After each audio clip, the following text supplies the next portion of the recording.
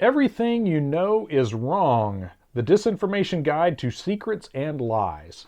This is a book put out by Disinformation. Russ is the editor, and this was originally published in 2002. And there's several books like this that in this Disinformation series that came out starting, I think the first one was published in late 2001.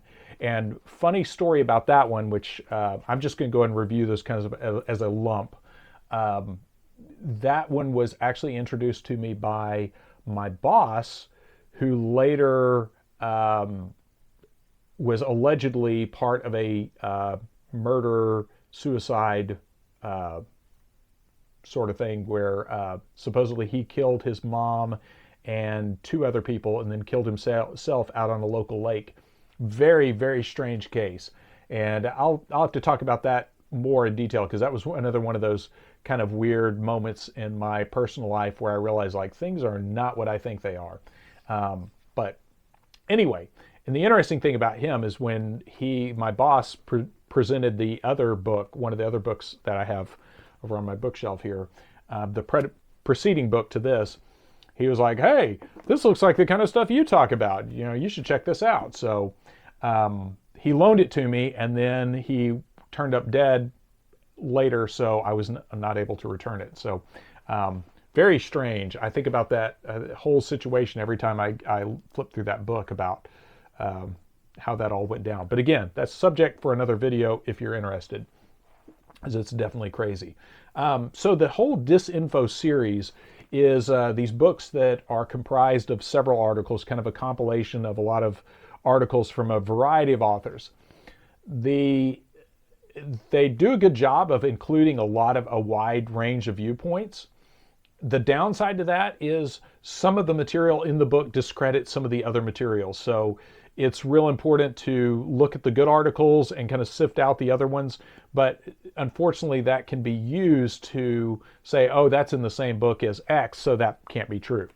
But I believe Dave McGowan even had an article in one of these of Program to Kill fame. This has some, let's see, there's one of the things I wanted to zone in on, focus on, is the mental. There's a great article in this one about mental illness, but there's a whole true crime section. Henry, fabrication of a serial killer. That's a good example of one I'm not necessarily on board with. The Monster of Florence is interesting. Witness to a massacre. Other participants in Columbine. That's an interesting one. Anyway, goes on to have some stuff about September 11th, but of course he takes the opinion that yes, it happened as we're told, but it happened, we should have seen it coming, kind of thing. Anyway, there's some really good articles in here, and it's definitely one of those to look through, but just know there's some of this you have to kind of sort through to find there is some stuff in here that's, I don't know that I would have opened the door that wide to let all of these people contribute, but so be it. I'm sure somebody reading some of the other articles is going to say some of the same thing about what I'm pointing out here. But this article, Mental Illness, Psychiatry's Phlogiston, and I'm probably not saying that right. This is a great article about, and I shortly after, this is by Thomas Szaszz, can't begin to know how to pronounce that, but great article about modern psychiatry and how it affects popular culture and kind of our view of modern psychiatry and how we look at mental illness. And one of the things that really caught my eye in that article that I think is a really good thing to think about is about there is a moral component to psychiatry and psychology that is sometimes kind of pushed aside. And the example he gives is when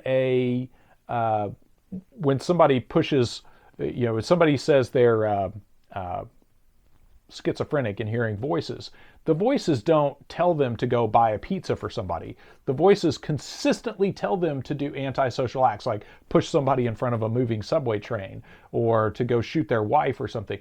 But they don't say, the voices never say like, hey, you know what you should do is just give that guy $5 because he needs it.